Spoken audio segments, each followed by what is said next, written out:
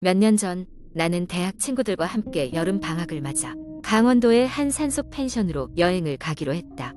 공기 맑고 조용한 산중에서 휴가는 우리의 지친 마음의 활력을 불어넣어 줄 것이라고 기대했다. 여행 멤버는 나를 포함해 총 5명이었고 우리는 차를 렌트해 서울에서 출발했다. 차 안에서 잔뜩 기대에 부푼 우리는 즐거운 대화를 나누며 여행지를 향해 달렸다. 길고 복잡한 산길을 따라 오래 달린 끝에 결국 도착한 그곳은 인터넷에서 본 것보다 훨씬 더 외진 곳에 있었다. 펜션 주인으로 보이는 할머니가 우리를 반겼고 우리는 예약해둔 방으로 짐을 풀었다.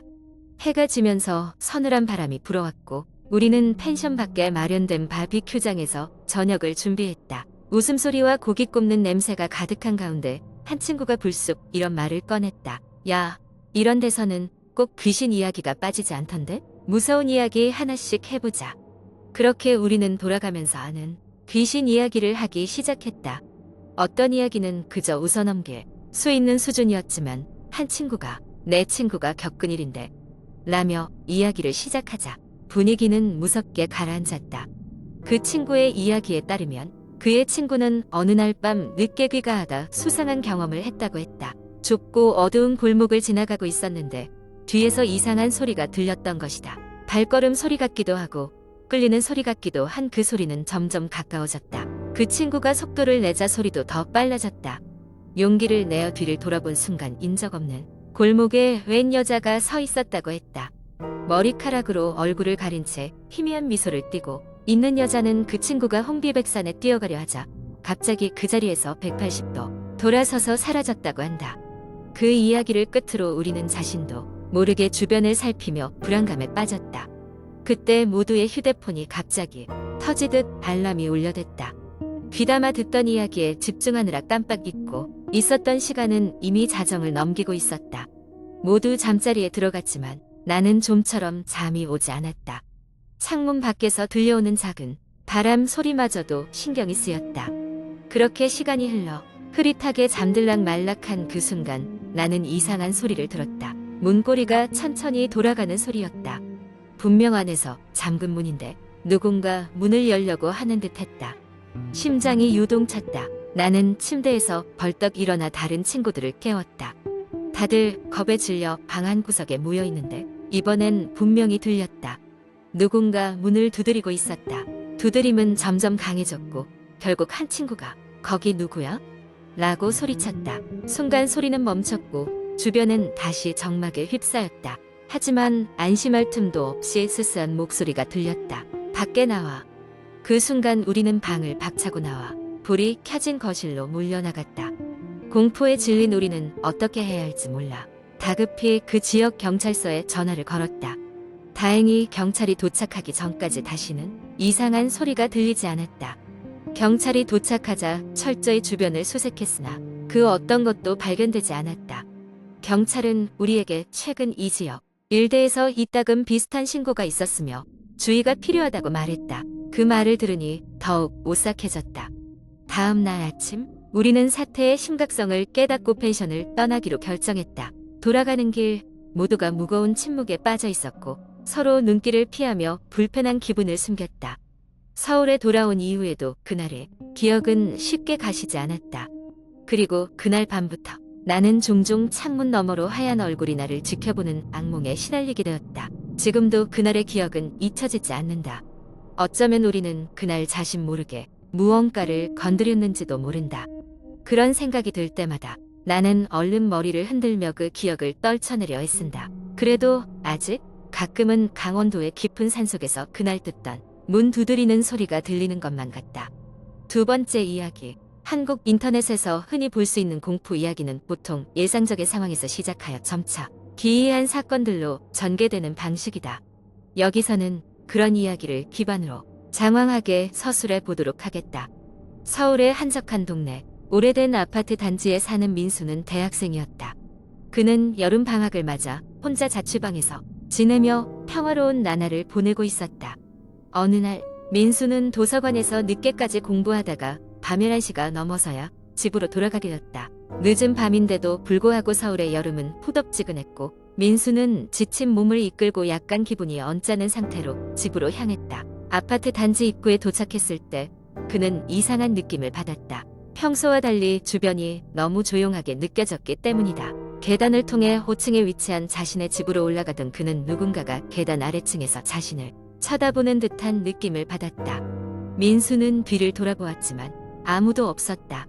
약간 소름이 돋았지만 피곤함을 그저 기분 탓이라고 생각하며 집으로 들어갔다.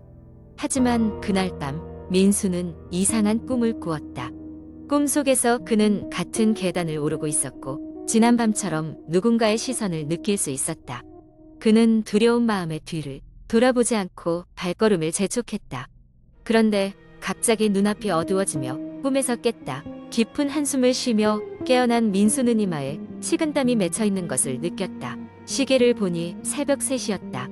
그날 이후로 민수는 매일 같은 꿈을 꿨다. 상황은 조금씩 달라졌지만 항상 계단을 오르는 꿈이었다. 그리고 꿈에서 깰 때마다 그는 누군가가 자신의 방 안에 있는 것만 같은 기분이 들었다. 민수는 점점 더 피곤해졌지만 친구들에게 이 이야기를 하면 웃음거리로 전락할까 두려워 혼자서만이 문제를 껴안고 있었다. 어느 날 밤이었다. 민수는 책상에 앉아 과제를 마무리하고 있었다. 시간은 새벽 1시. 그는 피곤함과 졸음에 눈이 감길 때쯤 갑자기 컴퓨터 화면이 번쩍거렸다. 그러더니 화면에 낯선 여자의 얼굴이 나타났다. 그 여자는 아무런 표정 없이 민수를 뚫어져라 쳐다보고 있었다. 깜짝 놀란 민수는 황급히 컴퓨터를 껐다. 하지만 이상한 일은 계속되었다. 그날 밤 민수는 또다시 꿈을 꾸었다. 이번엔 계단을 올라가기 전 계단 아래에서 그 여자가 자신을 올려다보고 있었다. 그녀는 무표정한 얼굴로 민수를 향해 손을 내밀었다. 민수는 공포에 질려 몸이 얼어붙은 채 그 자리에 주저앉았다. 그 순간 민수는 눈을 떴다. 다시 현실로 돌아온 것이지만 여전히 심장이 쿵쾅거리고 있었다. 그날 아침 민수는 아파트 관리사무소를 찾았다. 그는 혹시 최근에 이 아파트에서 이상한 일이 있었는지 묻고 싶었다. 관리소 직원은 그의 질문에 놀라운 표정으로 대답했다. 몇 달 전에 5층에 살던 여자가 갑자기 사라졌어요. 경찰에서도 수사를 했지만 아무 단서도 없었고요. 주민들 사이에선 그냥 조용히 떠난 거라 생각하고 있어요. 민수는 그 여자가 매일 밤 꿈속에 나타나는 여자일지도 모른다는 생각이 들었다. 그는 떨리는 손으로 핸드폰을 꺼내 들어 인터넷을 뒤지기 시작했다.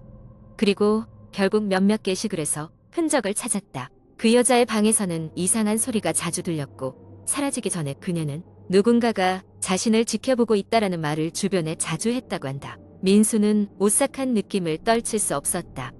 그는 혹시라도 그 여자의 영혼이 아직 떠돌고 있는 것이 아닌지, 그리고 왜 하필 자신에게 나타난 것인지 궁금했다. 그날 밤 민수는 잠을 이루지 못하고 창밖을 바라보며 지새웠다.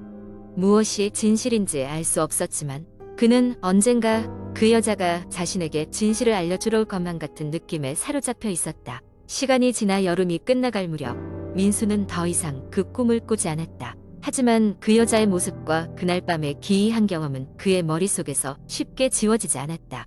그 사건 이후로 민수는 혼자 있는 것에 대한 두려움을 갖게 되었고 유령이나 초자연적인 것들에 대한 경계심이 더욱 커졌다. 아무도 그 모든 일의 진실을 알지 못했지만 민수는 그 경험이 자신에게 무언가를 경고했던 것은 아닐까 생각하곤 했다. 세월이 흐르면서 민수는 대학을 졸업하고 다른 곳으로 이사를 갔다. 그러나 가끔씩 꿈속에 나타나는 계단과 그녀의 얼굴은 아직도 그를 긴장하게 만들었다. 민수는 여전히 밤에 혼자 집에 있을 때면 뒤를 돌아보곤 한다. 그렇게 조용히 그러나 크게 울림을 주는 경험은 그의 기억 속에 영원히 남아있을 테니까. 세 번째 이야기. 몇 년 전 서울의 한 오래된 아파트 단지에서 살고 있던 나는 일주일에 두세 번은 야근을 하는 바쁜 직장인이었다. 그날도 어김없이 사무실에서 밤 늦게까지 일을 하고 있었다. 시계를 보니 밤 11시가 넘어가고 있었다. 피곤한 몸을 이끌고 지하철을 타고 집으로 돌아왔을 때 이미 자정이 가까운 시간이 되어 있었다. 아파트 단지는 모두 잠든 듯 고요했다. 엘리베이터를 타고 12층에서 내려 집문 앞에 섰을 때 문 옆에 놓인 작은 택배 상자가 눈에 띄었다. 주문한 기억이 없는 물건이었지만 피곤한 나머지 깊이 생각하지 않고 상자를 집 안으로 들고 들어갔다. 현관불을 켜자 왠지 모를 싸한 공기가 나를 감쌌다. 이상하게 느껴졌지만 피로 탓이라고 생각하며 무시했다. 샤워를 하고 나와 거실에 앉아 택배 상자를 뜯어보기로 했다. 상자 안에는 작은 나무 상자 갓도 하나 들어있었다. 나무 상자 위에는 한지의 붓글씨로 쓴 짧은 쪽지가 놓여 있었다. 다신 열지 마시오. 순간 가슴 속에 불쾌한 예감이 스쳤다. 그러나 호기심이 더 컸기에 나는 조심스럽게 나무 상자의 뚜껑을 열었다. 그 안에는 오래된 사진 한 장이 들어있었다. 사진에는 내가 살고 있는 이 아파트의 모습이 찍혀 있었고 누군가 창문 밖을 바라보고 있었다. 그런데 그 창문이 바로 내 집의 창문이었다. 놀란 나머지 얼른 나무 상자를 덮고 방에 들어가 잠을 청했다. 하지만 그 밤 이상한 일이 일어났다. 꿈인지 현실인지 알 수 없는 상태에서 나는 누군가 나를 보고 있다는 느낌에 시달렸고 창문 밖에서 무언가가 나를 부르고 있는 듯한 소리가 들렸다. 그 소리는 점점 또렷해지더니 돌려놔, 돌려놔 라는 낮은 속삭임으로 변했다. 잠에서 깨어났을 때는 이미 새벽이었다. 거실로 나가보니 방문이 조금 열려 있었고 상자가 놓여있던 테이블 주위로 누군가 다녀간 흔적이 남아있었다. 이튿날 출근길에도 어제의 일들이 머릿속에서 떠나지 않았다. 회사 동료에게 이 이야기를 했더니 그는 그 아파트 단지에 얽힌 소문을 하나 들려주었다. 몇 년 전 한 남자가 그 아파트에서 실종되었고 그의 흔적은 집안의 벽에 남겨진 돌려놔 라는 글씨뿐이었다는 것이었다. 소름이 돋아나는 곧장 집으로 돌아가 상자를 확인했다. 그런데 이번에는 그 속에 더 이상 사진이 없고 빈 종이와 기괴한 모습의 작은 인형이 들어있었다. 그리고 상자 안쪽에는 처음 보는 기이한 기호들이 빼곡히 새겨져 있었다. 나는 그 나무 상자를 다시 현관 밖에 놓고 몇 날 며칠을 뜬 눈으로 지샜다. 이상한 일은 그 후에도 계속되었다. 벽을 타고 흐르는 낮은 속삭임, 새벽마다 들리는 발자국 소리, 그리고 자꾸 끊어지는 전화까지. 결국 나는 그 아파트를 떠나기로 결심했다. 이사를 마치던 날 마지막으로 아파트를 둘러보는데 거실 벽 한 곳이 심한 곰팡이로 뒤덮여 있었다. 벽지를 걷어내자 돌려놔라는 낙서가 아파트 콘크리트 위에 희미하게 새겨져 있었다. 새로운 집으로 이사한 후 그 일은 잊으려 했다. 그러나 가끔씩 거울을 볼 때면 등 뒤에서 누군가 나를 바라보는 듯한 기분을 떨칠 수 없었다. 지금 이 순간에도 말이다. 이 이야기는 단순한 도시 괴담처럼 들리겠지만 우리의 일상에서도 설명할 수 없는 일들이 벌어지곤 합니다. 조심하는 것만이 우리가 할 수 있는 전부일지도 모릅니다. 당신의 뒤를 조용히 확인해보는 것도 좋은 방법일지도요.